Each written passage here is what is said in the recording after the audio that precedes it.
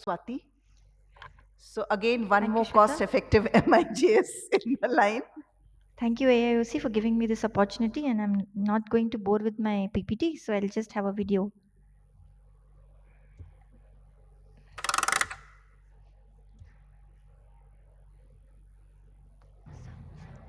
Gateway to Safe GATT, Gonioscopy Assisted Transluminal Trabeculotomy, or GATT, the brainchild of Dr. Devinder Grover and Dr. Ronald Feldman from Glaucoma Associates of Texas, Dallas, involves an ab interno canalization of Schlemm's canal to create 360 degrees of trabeculotomy. Conventionally done with an illuminated microcatheter, the low-cost option is by using 50 proline suture. Here are the must-have items for performing suture GATT.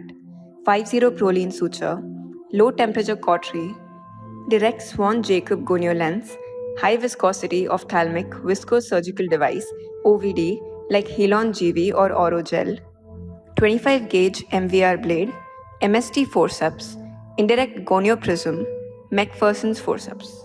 An ideal suture GATT surgery involves the blunting of the tip of the 50 proline suture using a low temperature cautery to make small flange at the tip. Following this, the suture is introduced into the anterior chamber under OVD. A small 1 clock hour initial goniotomy is made in the trabecular meshwork using the 25 gauge MVR blade. Then, the flange suture tip is introduced into the Schlemm's canal using MST forceps under Swan-Jacob gonio lens visualization. With gentle strokes, the proline suture is advanced gently into the canal till it appears from the opposite side, where it is grasped at the tip above the initial suture and brought to the center of the anterior chamber. Finally, using a McPherson's forceps, the external suture is pulled out, creating a 360 degrees ab interno trabeculotomy. We share here some beginner's complications, and we will also focus on some tips and tricks to avoid them. Positioning and seeing the angle. Initially, during intraoperative gonioscopy, one will have air bubbles or too much pressure, which can result in indentation and failure to see the angle properly. But with practice, one can master this skill. A thorough preoperative slit lamp gonioscopy with special attention to the nasal angle is very important. Initial intraoperative gonioscopy can be practiced on routine cataract cases before initiating or after completing the case. Tilt the patient's head 30 to 35 degrees away from you and tilt the microscope 30 to 35 degrees towards you. Put a drop of OVD on top of the cornea and gently place the Swan-Jacob gonio lens over this drop. Adjust the microscope magnification.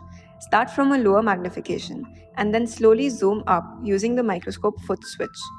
Routinely practice the foot switch of the operating microscope as both the hands get engaged while doing MIGS, so finer adjustments need to be done using the microscope foot switch. Ideal flange.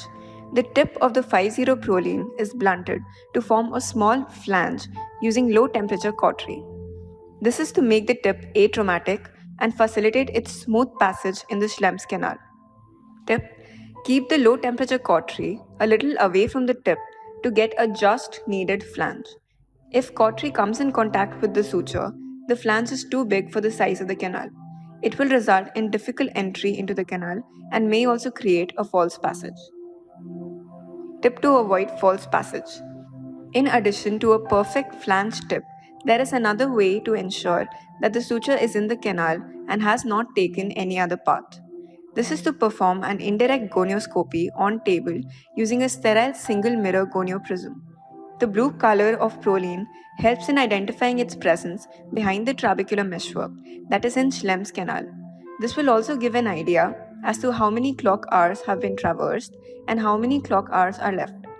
Direction of the tip should be circumferential rather than perpendicular to the goniotomy. What happens if a false passage is created inadvertently? The suture tip can go into the suprachoroidal space and cause a choroidal detachment, which can be managed conservatively with oral and topical steroids and resolve within 15 days. Reduce bleeding from conjunctiva and Schlemm's canal. Make the incision on the clear cornea to avoid any bleed from conjunctival vessels, as this can result in poor visualization. And there are a few tips to avoid reflex bleeding from Schlemm's canal while making the initial tear in trabecular meshwork. Keep the patient's head above the heart level by lifting the head end of the operating table.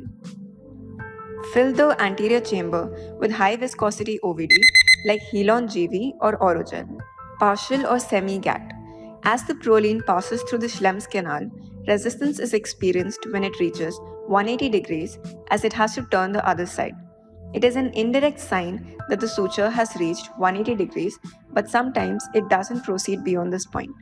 Tip in this situation: try twin side GATT, which means threading the suture in clockwise direction rather than the initial anti-clockwise direction. Leave it at the site of resistance. Try to localize the suture using indirect gonioscopy on table. If the suture has reached 270 degrees, then try to make a small nick at that site and retrieve the suture. By implementing these tips into routine practice while performing GATT, one can achieve desirable results.